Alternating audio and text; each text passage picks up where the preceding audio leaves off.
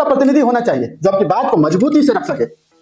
बिना किसी डर के, बिना किसी दबाव के, बिना किसी लालच के निस्वार्थ रूप से आपके लिए कार्य कर सके। वो भारत की सनातन, भारत की संस्कृति, भारत के इतिहास, भारत की मिट्टी से जुड़ा हुआ होना चाहिए। आपको यह भी ध्यान रखना चाहिए, हम आज बात करते हैं कि हमें सरकार चाहिए योगी जैसी, जैसा योगी अपने राज्य में शासन करता है वैसा शासन हमें पूरे देश में चाहिए, लेकिन उसके लिए आपको वैसा प्रतिनिधि चुनना पड़ेगा। अब यहाँ पर विशेष बात यह है कि सरकार ने इन धाराओं को बना तो दिया, लेकिन इस पर काम उस प्रकार से नहीं किया गया जिस प्रकार से इस काम को किया जाना चाहिए था। दोस्तों, सुप्रीम कोर्ट लगातार जनहित के बारे में काम करता आया है और इसी प्रकार एक बार फिर से सुप्रीम कोर्ट ने जनहित को ध्यान में रखते हुए केंद्र सरकार को एक बहुत ही अहम निर्देश जारी कर दिए हैं। यहां तक कि सुप्रीम कोर्ट ने केंद्र सरकार को एक निश्चित समय सीमा के भीतर ही इस पर कार्य करने के लिए बाध्य कर दिया है। जी हां, आज के इस वीडियो में हम बात करेंगे कि सड़क दुर्घटना में जो पीड़ित होते हैं उनके लिए सुप्रीम कोर्ट ने क्या निर्देश जारी किए हैं। दोस्तों, आजकल सड़क दुर्घटना बहुत अधिक बढ़ गए हैं, ऐसे में लोगों को चोटें भी आती हैं। उन चोटों की वजह से बहुत सारी एक्सीडेंट्स ऐसे होते हैं जिसमें पीड़ित को बचाया जा सकता है, पीड़ित की जान बचाई जा सकती है, लेकिन उनको समय पर चिकित्सा न मिलने की वजह से उनकी मृत्यु हो जाती है या फिर उन्हें भारी नुकसान हो जाता है। ऐसे में सुप्रीम कोर्ट ने केंद्र सरकार को सख्त निर्देश दे दिए हैं कि वो निश्चित समय सीमा के भीतर ही इस पर दिशा निर्देश जारी करें। इन दुर्घटनाओं में कभी परिजनों के समय पर न पहुंचने की वजह से कई बार पीड़ित को जो है वहां के जो स्थानीय लोग हैं वो अस्पताल नहीं पहुंचाते हैं कि कोर्ट कचहरी के चक्कर में ना पड़ना पड़े। कई बार पुलिस कार्यवाहियों में देरी हो जाती है उसके अभाव में, या फिर कई बार ऐसा होता है कि उसको हॉस्पिटल तो ले जाया जाता है लेकिन पैसे के अभाव में या फिर अन्य किसी चीजों के डर की वजह से उसको सही समय पर इलाज नहीं मिल पाता, जिसकी वजह से पीड़ित की जो है मृत्यु हो जाती है या उसको गंभीर जो है उसको क्षति पहुंचती है। ऐसे में सुप्रीम कोर्ट ने तो केंद्र सरकार को दिशा निर्देश जारी कर दिए हैं, लेकिन इस विषय में आप क्या कर सकते हैं उस विषय में भी बताएंगे, लेकिन इस वीडियो के एंड में। अब बात कर लेते हैं सुप्रीम कोर्ट ने ऐसा क्या कहा कि केंद्र सरकार अब बाध्य हो गई है इस विषय में कार्यवाही करने के लिए। दोस्तों, सुप्रीम कोर्ट ने सड़क दुर्घटना में पीड़ितों के लिए निश्चित समय सीमा में गोल्डन आवर के दौरान कैशलेस उपचार योजना तैयार करने के लिए केंद्र सरकार को निर्देश जारी कर दिए हैं, आदेश दे दिया है। सुप्रीम कोर्ट ने कहा है कि दर्दनाक चोट लगने के बाद पहला घंटा होता है जब त्वरित चिकित्सा देखभाल से मृत्यु को रोकने की सबसे अधिक संभावना होती है,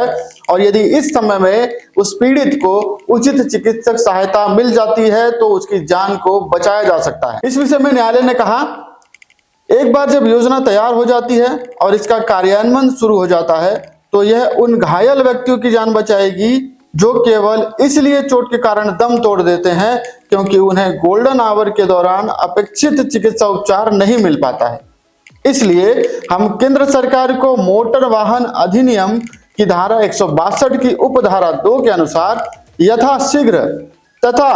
किसी भी स्थिति में 14 मार्च 2025 तक योजना बनाने का निर्देश देते हैं। और साथ ही सुप्रीम कोर्ट ने यह भी कहा कि योजना बनाने के लिए जो ये तिथि नियत की गई है इससे अधिक कोई भी समय केंद्र सरकार को नहीं दिया जाएगा। तो निश्चित तौर पर इस समय सीमा अवधि के दौरान ही केंद्र सरकार को अपनी योजना बनाकर सुप्रीम कोर्ट के निर्देशों का पालन करना पड़ेगा और इस विषय में उनको पूर्ण रूप से योजना बनानी ही पड़ेगी। जस्टिस अभय एस ओक तथा जस्टिस अगस्टीन जॉर्ज मसीह की पीठ ने, इसमें एक बात आपको बता दें कि जस्टिस ऑगस्टीन मसीह जो हैं उनसे मैं व्यक्तिगत तौर पर भी मिल चुका हूं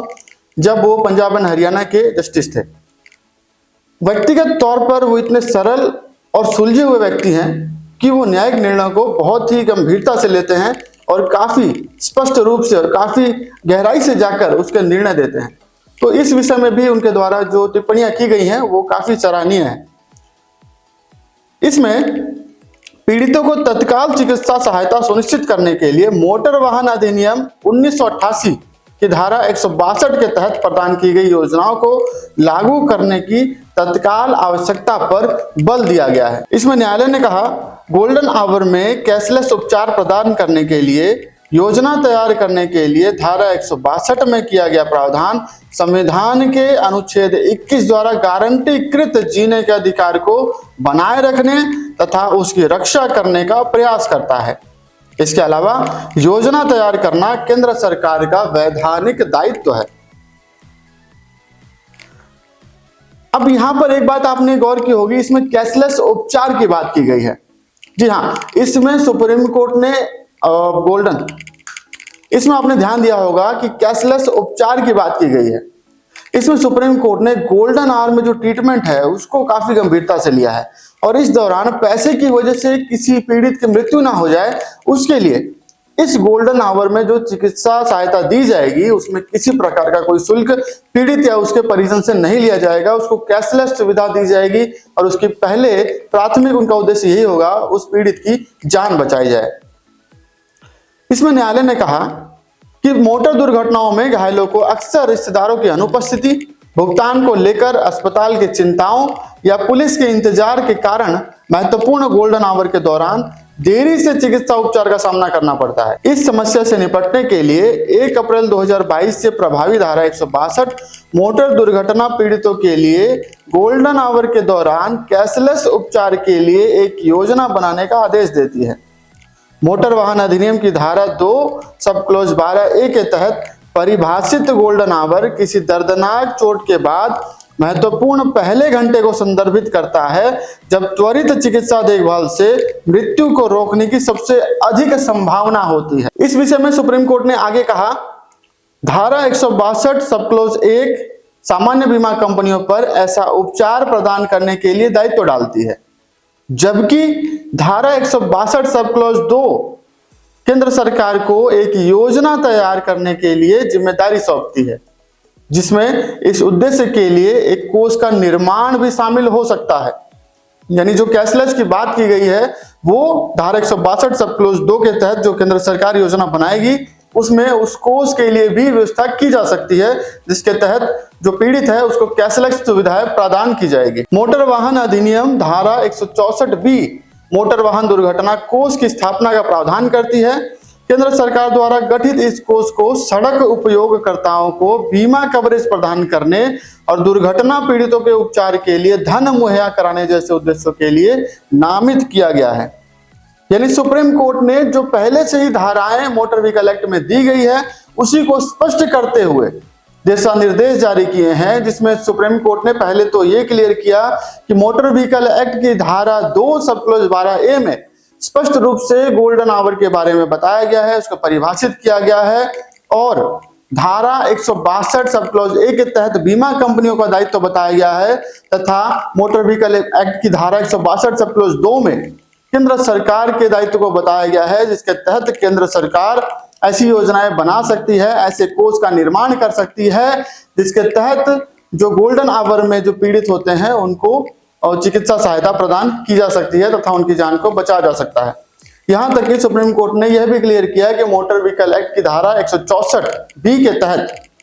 कोष बनाने की योजना भी पहले से प्रावधान में दी गई है। यानी सुप्रीम कोर्ट ने यहाँ पर कुछ नई धाराओं के बारे में बात नहीं की है, पुरानी धाराएं जो पहले से ही है उसके बारे में बात की है। अब यहाँ पर विशेष बात यह है कि सरकार ने इन धाराओं को बना तो दिया, लेकिन इस पर काम उस प्रकार से नहीं किया गया जिस प्रकार से इस काम को किया जाना चाहिए था।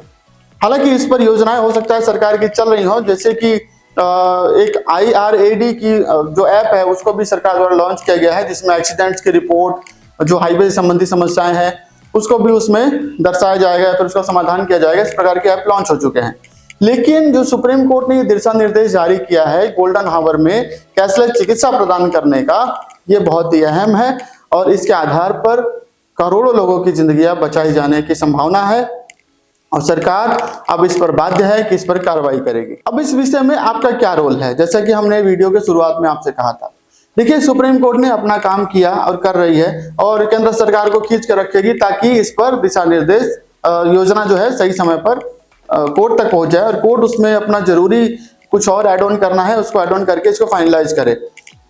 लेकिन जब तक केंद्र सरकार अपने जवाब को, अपनी योजना को सुप्रीम कोर्ट तक पहुंचाती है, तब तक जो समय है वो हमारे आपके पास है, जो हम इससे संबंधित जो भी हमारे सुझाव हैं वो केंद्र सरकार तक पहुंचा सके, ताकि केंद्र सरकार अपनी योजनाओं में इन सुझावों को शामिल करके एक अच्छी योजना तैयार करके कोर्ट के समक्ष रख सके। ये आप कैसे कर सकते हैं? या तो आप ministry of road transport and highways को पत्र लिख सकते हैं, इसके अलावा आप केंद्र सरकार को भी पत्र लिख सकते हैं। तीसरा विकल्प आपके पास ये है कि आप इस वीडियो में आपके जो भी सुझाव इससे संबंधित है वो कमेंट कर सकते हैं। हम एक विस्तृत लेटर इस विषय में आपके सुझावों को सम्मिलित करते हुए केंद्र सरकार को भेजेंगे, ताकि हमारे सुझावों को सरकार द्वारा संज्ञान में लाया जाए और उन सुझावों के आधार पर योजना तैयार करके कोर्ट के समक्ष रखी जाए ताकि लोगों को बेहतर सुविधाएं प्रदान की जा सके। देखिए, इस विषय में एक और अतिरिक्त जानकारी आपको दे दूं। जो हमने अभी बात की जिस विषय के बारे में, उस विषय में प्रावधान पहले से है, लेकिन उस पर योजना बनाने में देरी हुई है या फिर देरी हो रही है। अब इसमें मुख्य काम किसका है? देखिए, इसमें जनता का काम तो है ही कि वो अपने प्रतिनिधियों को जगा कर रखे, लेकिन उससे पहले मुख्य बात यह है कि जिन प्रतिनिधियों को हम चुनकर वहां पर भेजते हैं, क्या वो प्रतिनिधि अपने दायित्व को इस प्रकार से नहीं ले पाते हैं कि इस विषय को कोर्ट के दिशा निर्देश आने से पहले ही कार्यान्वयन किया जा सके, उसको प्रोसेस में लिया जा सके, या फिर जनहित के कार्य को जितना जल्दी हो सके उतना जल्दी लिया जा सके? ऐसा जरूरी है, क्योंकि जब तक आप सोचेंगे नहीं तब तक प्रतिनिधियों पर दबाव नहीं बनेगा। यहाँ पर एक चीज और है, मैंने कहीं देखा था कि कोई राजनीतिक व्यक्ति था, उसने कहा कि अगर हम मुद्दों को खत्म कर देंगे तो ऐसे में हमारी सत्ता कैसे चलेगी। देखिए, बहुत राजनीतिक नेता हैं जो आते हैं जाते हैं, कुछ लोग मुद्दों को समाधान करने के पे काम करते हैं, कुछ मुद्दों को बरकरार रखकर केवल अपनी सत्ता को, अपनी कुर्सी को बचाकर उसको अपने विरासत के तौर पर उपयोग करने का काम करते हैं। लेकिन ये बात आपको और हमें सोचनी है कि हमें अपना प्रतिनिधित्व चुनने से पहले, अपना प्रतिनिधि चुनने से पहले किन बातों का ध्यान रखना चाहिए। हमें अपना प्रतिनिधि चुनने से पहले इस बात का विशेष ध्यान रखना चाहिए और अपने मन में कुछ ऐसे प्रश्न आपके आने चाहिए कि क्या जिस प्रतिनिधि को हम चुनने जा रहे हैं या फिर चुनने के बारे में सोच रहे हैं, क्या वो जातिगत भेदभाव करता है? क्या वो देश की मिट्टी से जुड़ा हुआ है? क्या वो राजनीति को केवल अपने स्वार्थ के लिए उपयोग करने के बारे में सोच रहा है, या फिर क्या वो अपने बच्चों को राजनीति में घुसाने के लिए राजनीति को अपनी विरासत मानकर काम कर रहा है? क्या वो भारत के इतिहास, भारत के सनातन, भारत की संस्कृति के साथ जुड़ा हुआ है? इन बातों पर जब आप विचार करेंगे तो आप ये पाएंगे कि आप जिस प्रतिनिधि को चुन रहे हैं वो आपके लिए सही है या फिर गलत। यदि इन चीजों को आप ध्यान में रखेंगे तो निश्चित तौर पर आप एक सही प्रतिनिधि का चुनाव कर पाएंगे। एक सही प्रतिनिधि का चुनाव करने के लिए मुख्य रूप से आपको इस बात का विशेष ध्यान रखना चाहिए कि वो व्यक्ति भारत की मिट्टी, भारत के इतिहास, भारत के संविधान, भारत के सनातन, भारत की संस्कृति से जुड़ा हुआ व्यक्ति है तथा इन चीजों को ध्यान में रख के ही कोई कार्य करता है। वो ऐसा प्रतिनिधि होना चाहिए जो आपकी बात को मजबूती से रख सके, बिना किसी डर के, बिना किसी दबाव के, बिना किसी लालच के निस्वार्थ रूप से आपके लिए कार्य कर सके। वो भारत की सनातन, भारत की संस्कृति, भारत के इतिहास, भारत की मिट्टी से जुड़ा हुआ होना चाहिए। आपको यह भी ध्यान रखना चाहिए, हम आज बात करते हैं कि हमें सरकार चाहिए योगी जैसी, जैसा योगी अपने राज्य में शासन करते हैं वैसा शासन हमें पूरे देश में चाहिए, लेकिन उसके लिए आपको वैसा प्रतिनिधि चुनना पड़ेगा। आज जरूरत है योगी जैसे प्रतिनिधि को चुनने की जो निस्वार्थ रूप से जनता के लिए कार्य कर सके।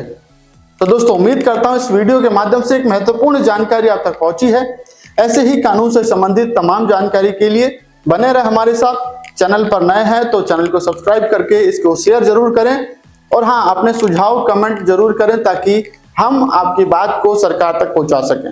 मिलते हैं अगली वीडियो में, तब तक के लिए नमस्कार।